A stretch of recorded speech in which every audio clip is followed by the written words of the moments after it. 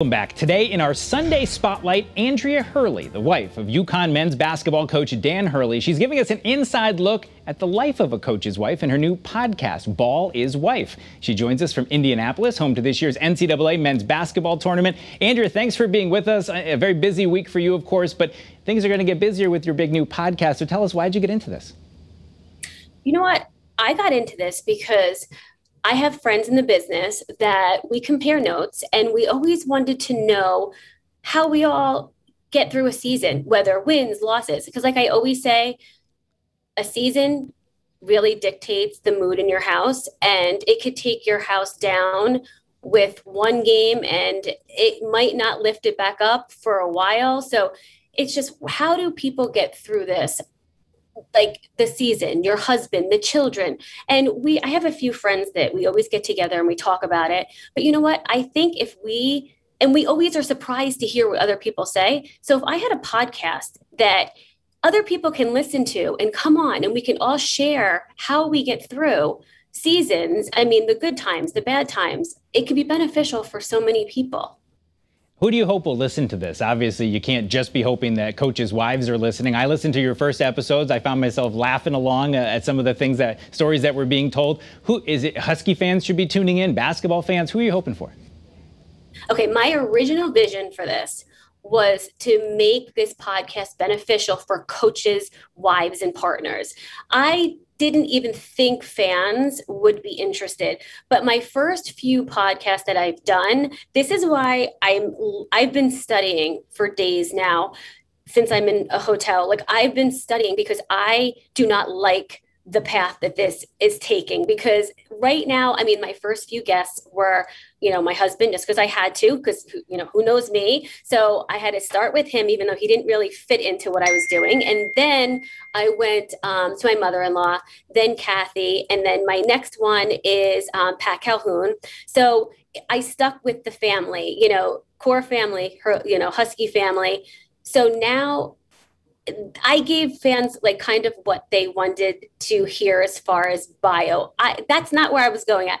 I need to get into the nitty gritty with coaches' wives about specifics. And I'm talking like to help other coaches' wives, game day stuff. What do you cook for your family? I mean, the things that we need to know how to get through a season. I get it. And let me tell you something. I'm working on the way I'm presenting this, how I'm podcasting. I'm not liking the way I sound. It sounds like Minnie Mouse. I know I have to learn to be quiet. So I am studying to become better. And I promise it is extremely cringy right now, but I'm working on it and it's going to flow better. I'm going to get guests on there and you're going to learn more of like the littlest things on how to run your household during a season. Yeah, that's my goal. I'm smiling because you sound like everyone who ever broke into television. Oh, I don't like how my voice sounds. That's common. Everybody in the business says that at first, and then you get used to it. You mentioned the guests you've had. You said Kathy. That's Kathy Oriema, Gino Oriema's wife. You also had your mother-in-law. Your husband comes from a family of basketball royalty. His dad, of course, maybe the best-known high school basketball coach of all time from St. Anthony's. What is the common theme you've heard talking to your guests so far about this job of being the coach's wife? The common theme is independence. Like, if you are not an independent person, then you're not going to make it. He's not going to make it. So I just think that we're all strong women, that whether we learned to be strong or we had to learn along the way. But you just don't burden your coach with anything that you have going on in your family. Just let it go. Like, you have to take on so much. And if you're not ready to do that, then it's going to be a problem. So your first guest, as you mentioned, was your husband, who I think sarcastically said it was the greatest honor of his career to be able to join you. But we have a little clip. I want to play part of that conversation you had with UConn coach and your husband, Dan Hurley. Take a listen. My favorite part of the job, of course, is the relationship with the kids. Talk to me about how that helps you be a coach when we have a relationship with our players. Yeah, I think it, number one, it makes me human to them. I'm kind of like a cyborg or a robot. I come in as a leader of the program, I come in and I set the tone with my energy and my intensity and how hard we're going to work, the staff, the players. The practice plan is grueling. I challenge everybody all day long to be at their best.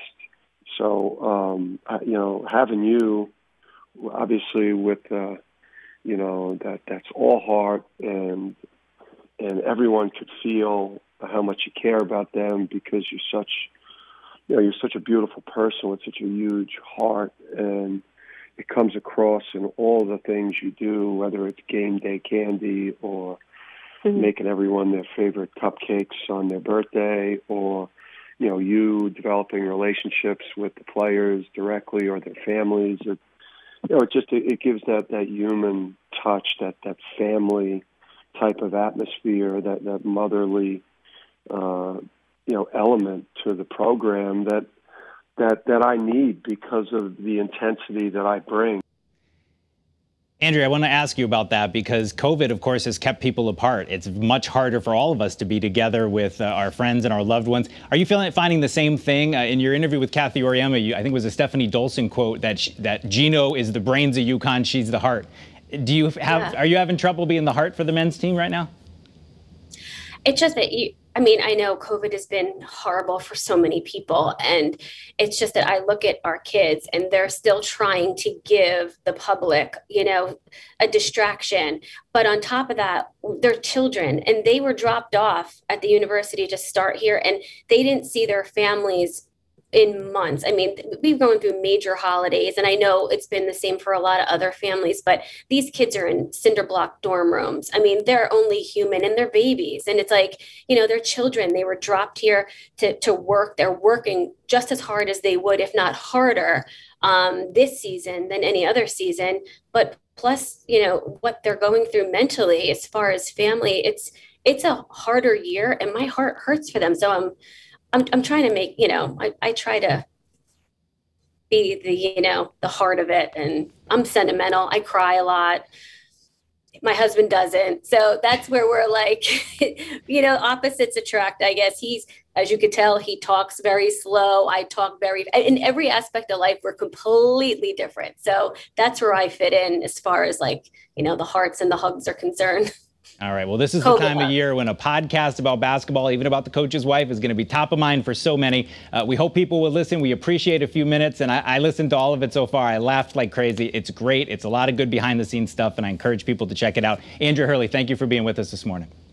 Thank you.